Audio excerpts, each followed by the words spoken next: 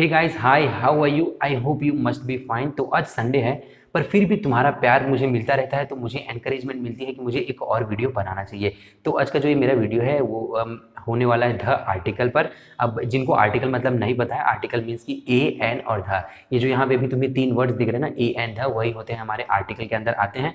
और आज हम देखने वाले हैं कि इन आर्टिकल को हम किस तरह से सेंटेंस के अंदर यूज़ करते हैं। तो सब कुछ मैं तुम्हें स्टेप वाइज क्लियर कर देने वाला हूँ, और जितने भी तुम्हारे डाउट्स हैं ना इसको लेकर आर्टिकल को, हालांकि काफ़ी लोगों को डाउट होता ही है आर्टिकल में, क्योंकि when I was a beginner तो मुझे भी था गाइस। तो चलो आज की इस वीडियो में सब कुछ क्लियर करेंगे और टाइम ना वेस्ट करते हुए इस वीडियो को चालू करेंगे।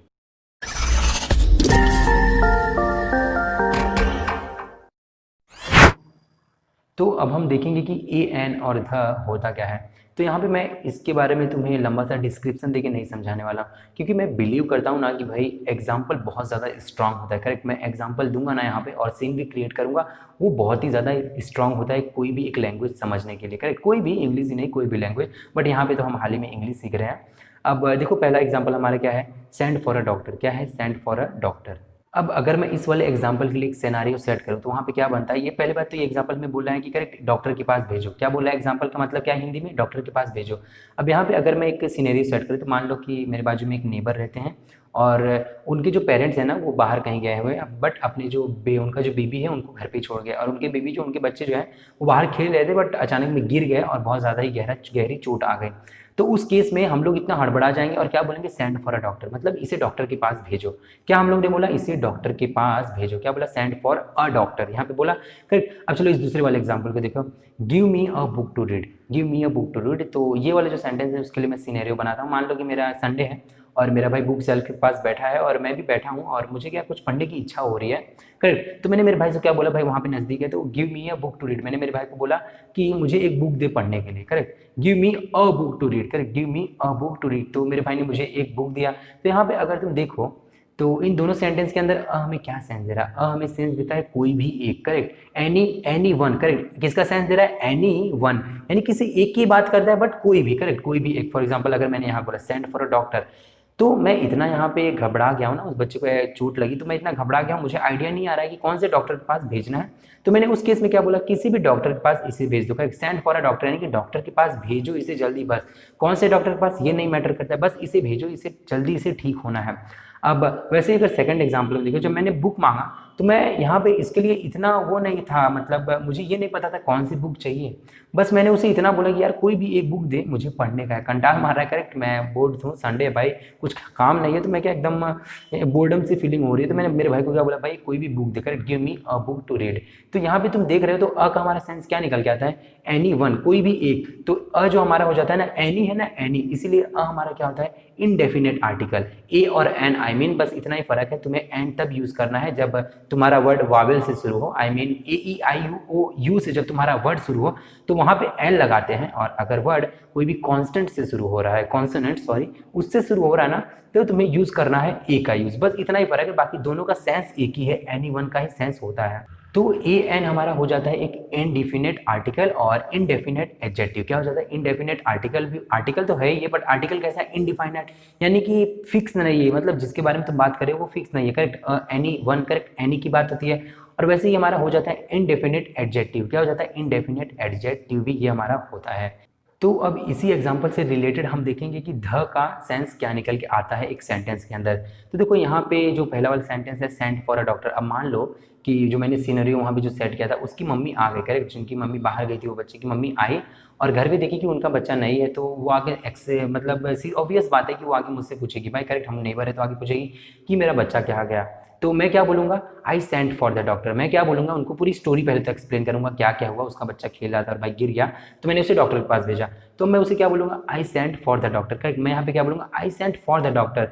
अब यहाँ पे देखो तो मैंने द डॉक्टर बोला हुआ है। करेक्ट, द डॉक्टर बोला हुआ, याद रखना इसे। और यहाँ पे मैंने क्यों डॉक्टर बोला हुआ है? द डॉक्टर, क्योंकि देखो मैं जानता हूं कि मैं उसे कौन से डॉक्टर के पास भेजा हूं। करेक्ट, पहले जब उसे चोट लगा तब मैं नहीं जानता। करेक्ट, मैं बस इतना जानता था इसे डॉक्टर के पास भेजो, बट अब मैंने उसे डॉक्टर के पास भेज दिया है, वो एडमिट है हॉस्पिटल में। अब मैं जानता हूं कि वो कौन से डॉक्टर के पास है, तो इस वाले केस में मैं क्या बोलूँगा उसकी मम्मी को, I send for the doctor, यानी कि जो डॉक्टर की बात कर रहा हूँ ना मैं उसे जानता हूँ।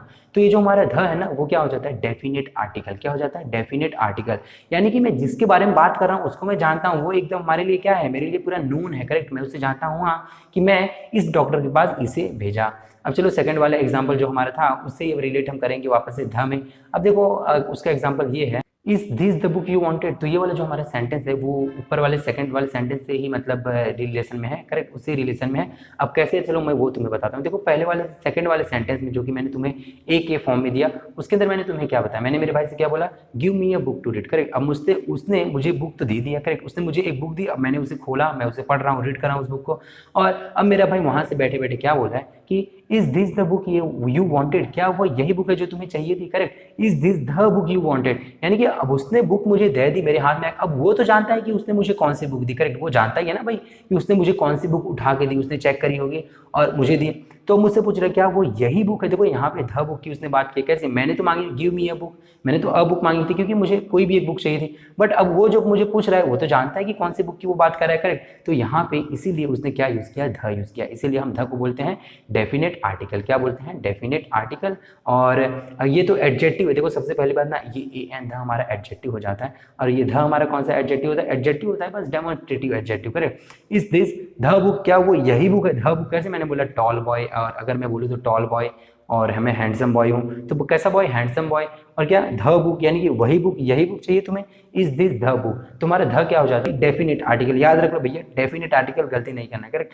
ध हमारा हो जाता है डेफिनेट आर्टिकल। चलो तो अभी एक और एक्सलेंट एग्जांपल देखेंगे जिसके थ्रू तुम इसको काफी ज्यादा अच्छी तरीके से समझोगे, यानी कि तुम्हें डीप नॉलेज मिलेगी इसके बारे में। तो व्हाइट स्क्रीन पर अब एक सेंटेंस आ चुका है, और वो सेंटेंस इतना बड़ा है कि वो पैराग्राफ जैसा दिख रहा है, करेक्ट। वो सेंटेंस ही बड़ा ही है मेरे भाई, पर बहुत आसान है। चलो हम देखते हैं कि ये सेंटेंस हमें क्या सेंस दे रहा है। तो ये सेंटेंस क्या बोल रहा है, a man saw a boy fall into a tank and the man pulled the boy out of the tank, correct. यहाँ पे अगर तुम देखो तो ऊपर वाली लाइन में लगातार ए का यूज है, और नीचे वाली लाइन में क्या है, ध का यूज किया गया है। अब अगर तुम इन सेंटेंस को पढ़े देखो बहुत आसान तरीके से तुम्हें खुद को मतलब आइडिया मिल जाएगा इस सेंटेंस में क्या बोला है, करेक्ट। एक आदमी ने, करेक्ट, एक आदमी ने एक बच्चे को देखा टैंक में गिरते हुए। क्या, एक आदमी ने एक बच्चे को देखा टैंक में गिरते हुए। अब देखो जो वो आदमी है ना, अब मैं ये तुम्हें मान लो बता रहा हूँ कि मैं मतलब मैंने भी ये सिचुएशन देखा, और वो जो आदमी को मैं भी देखा, मैंने भी देखा, करेक्ट, कि एक आदमी ने एक बच्चे को देखा टैंक में गिरते हुए, करेक्ट। अब मैं यहाँ पे क्या बोल रहा हूँ सेकंड वाले लाइन के अंदर, एंड द मैन। अब देखो मैं वो मैन को तो जान चुका हूँ, करेक्ट। मैं अब फिर से किस मैन की बात कर रहा हूँ, फिर से अगर मैं बात कर रहा हूँ तो वही वाले मैन की बात कर रहा हूँ, कोई दूसरे मैन की तो बात नहीं कर रहा हूँ। वो अ मैन जो कि हमारे पहले लाइन पे है, उसी वाले मैन की मैं फिर से इसी सेंटेंस के अंदर बांध कर रहा हूँ, correct. The man pulled the boy, correct, वो वाले ही मैन ने वो वाले ही बॉय को वही वाले टैंक से बाहर निकाला, करेक्ट। पहले वाले सेंटेंस में हमारा क्या था, पहले वाले मतलब लाइन में क्या था कि a man so a boy fall into a tank, यानी कि एक आदमी ने एक बच्चे को देखा टैंक में गिरते हुए, फिर वही आदमी ने वही बच्चे को वही टैंक के से बाहर निकाला, correct. The man pulled out the boy out of the tank, वही आदमी ने वही बच्चे को वही टैंक से बाहर निकाला। तो यहाँ पे तुम आसानी से देख सकते हो कि अ का यूज हम तब करते हैं, यानी कि जब हम जानते नहीं है, मतलब वो इनडिफाइनाइट है, तुम उसको जानते ही नहीं हो, बट ध का यूज तुम तब करते हो जब मान लो किसी चीज को अब तुम जान गए हो, उसके केस में हम ध का यूज करते हैं। चलो तो अभी हम ए और एन का मसला समझ लेते हैं कि ये क्या होता है। तो देखो जो ए है ना हमारा, वो कॉन्सोनेंट के साथ यूज होता है, मैंने तुम्हें बताया, मतलब except A E I U U के साथ अगर वर्ड्स चालू होते हैं तो वहाँ पे हम अ का यूज करते हैं in sense of any one, correct. For example a cow, a buffalo, a boy, a girl, और अ येलो थिंग, रोज, क्या है, बहुत सारे हैं यार, मैं कितनी बार तुम्हें करके बताऊं। तो देखो तुम्हें खुद कमेंट सेक्शन में लिख के थोड़ा सा बताना है, मेरा हेल्प करना है, करेक्ट, कि अ से हम कौन से वर्ड्स को चालू कर सकते हैं, करेक्ट। कॉन्सोनेंट ही होने वाला ये तो फिक्स है। अब लेकिन यहाँ पे कुछ एक्सेप्शनल केसेस भी हैं जो कि तुम्हें नोट में लेना है, जो कि तुम्हें याद करना है, और याद करने जैसा कुछ है ही नहीं मेरे भाई। उसके अंदर कुछ भी, वो एक्सेप्शनल जो केसेस है ना वो बड़े ऑब्वियस है, बड़े सेंसिबल है, करेक्ट, बड़े सेंसिटिव से है, तो तुम्हें खुद को आइडिया मिल जाएगा वो क्यों एक्सेप्शनल है। चलो तो यहाँ पे अगर देखो तो हम इस तरह से बोल, मैंने तुम्हें क्या बोला, ए ई आई ओ यू के साथ एन लगता है, बट फिर भी यहाँ पे देखो ए लग रहा है, कैसे, a union, a university, a European, a useful thing. तो यहाँ पे अगर देखो तो ये चारों क्या है मेरे भाई, ये चारों जो वर्ड शुरुआत हो रहे हैं वॉवेल से, correct, A E I O U से ही ये चारों वर्ड शुरुआत हो रहे हैं, कोई भी उनमें से एक में से शुरुआत हो रहे हैं। बट फिर भी यहाँ पे हमने क्या लिया है, ए यू का यूज़ किया है। और क्यों यूज़ किया है देखो मैं तुम्हें बताता हूँ। क्योंकि अगर मान लो तुम बोलो पहले यूरोपियन बोलो या फिर यूजफुल थिंग बोलो, तो यहाँ पे बोलते वक्त जब तुम उसे प्रोनाउंस करते हो तो किसका साउंड निकल के आता है, यू का साउंड निकल के आता है, करेक्ट, यू ही निकलता है ना, why you, correct, why you का ही मतलब जो तुम्हारे अंदर से प्रोनाउंस करते थे जो साउंड निकलता है मुंह में से, वो मुंह से जो साउंड निकलता है वो किसका आ रहा है, you, correct, useful, European, union, university. तो इसीलिए ना मेरे भाई ए ई आई ओ यू मतलब उच्चारण करते समय, प्रोनाउंस करते समय ये सब साउंड जो है ना मुंह से मतलब आने चाहिए। अगर निकलते हैं तो हम यूज़ करते हैं एन का, क्योंकि यहाँ पे देखो वाई यू, करेक्ट, यूरोपियन यानी कि Y U N I O N, union. तो इसीलिए हम यहाँ पे ए का यूज़ करते हैं, क्योंकि प्रोनाउंस करते वक्त ये हमें वाई आता है यहाँ पे, करेक्ट। और वाई क्या है हमारा, वाई हो जाता है कॉन्सोनेंट, तो इसीलिए यहाँ पे ए लगता है। वैसे ही चलो अब हम देखते हैं एन के लिए, an enemy, an uncle, N orange, an idiot. तो देखो यहाँ पे मैंने एक क्लास में तो अक्सर तुमने सुना होगा, correct, hey are you an idiot, क्या तुम मूर्ख हो, करेक्ट। काफ़ी ये हमारे टीचर में क्लास में बोलती थी, मुझे अचानक में याद आ गया। तो यहाँ पे अगर तुम देखो तो हमने एन का यूज़ किया, करेक्ट, क्यों, क्योंकि यहाँ पे ए ई आई ओ यू से शुरू हुआ है। और अगर तुम इसे प्रोनाउंस करते हो, correct, an idiot, correct, E यानी कि ये ई से चालू हो रहा है, correct, E D I O T, idiot, correct, an idiot, an orange. अगर तुम इस वाले वर्ड को देखो, ये भी हमारा किससे चालू हो रहा है, ए से चालू हो, करेक्ट, मतलब वॉवेल से ही चालू हो रहा है, ओ से।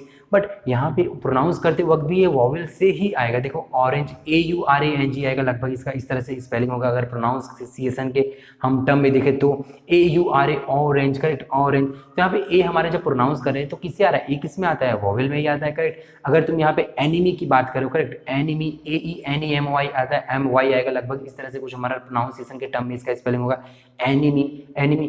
तो वो ए किससे चालू हो रहा है मेरे भाई, ए और uncle, uncle, correct, A N के ई एल, जो भी हो मतलब। तो यहाँ पे जब प्रोनाउंस करते वक्त भी वो किसके साथ आता है, मतलब जब चालू होता है तो भी वो वावेल से ही शुरुआत होता है। बट यहाँ पे अगर हम देखो तो यहाँ पे कुछ कॉन्स्टेंट वाले भी, कॉन्सोनेंट वाले भी ऐसे वर्ड हैं जिसके अंदर कि हम एन यूज़ करते हैं।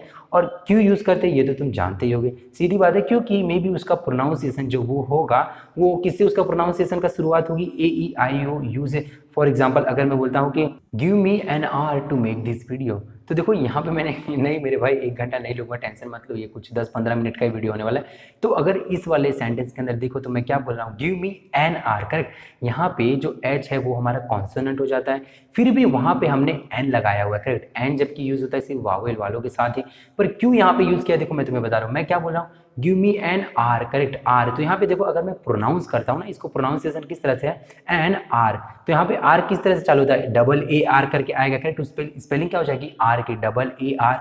तो इसीलिए हमारा क्या हो जाता है, इसीलिए यहाँ पे एन लगता है, क्योंकि प्रोनाउंसिएशन के वक्त वॉवेल आता है उसके अंदर, correct. Give me an hour. अगर मैं बोलता हूँ an historical place, an historical, correct, historical, correct. यहाँ पे एच थोड़ा साइलेंट होता है इसलिए हम क्या बोलते हैं, एन हिस्टोरिकल प्लेस। तो यहाँ पे आई आता है, correct, I S T O R I C L, an historical place, इस, करेक्ट। ई एस बोलो या आई एस बोलो, मतलब जो उसका प्रोनाउंसिएशन का स्पेलिंग है वो किस तरह से का, E S T O R I C A L.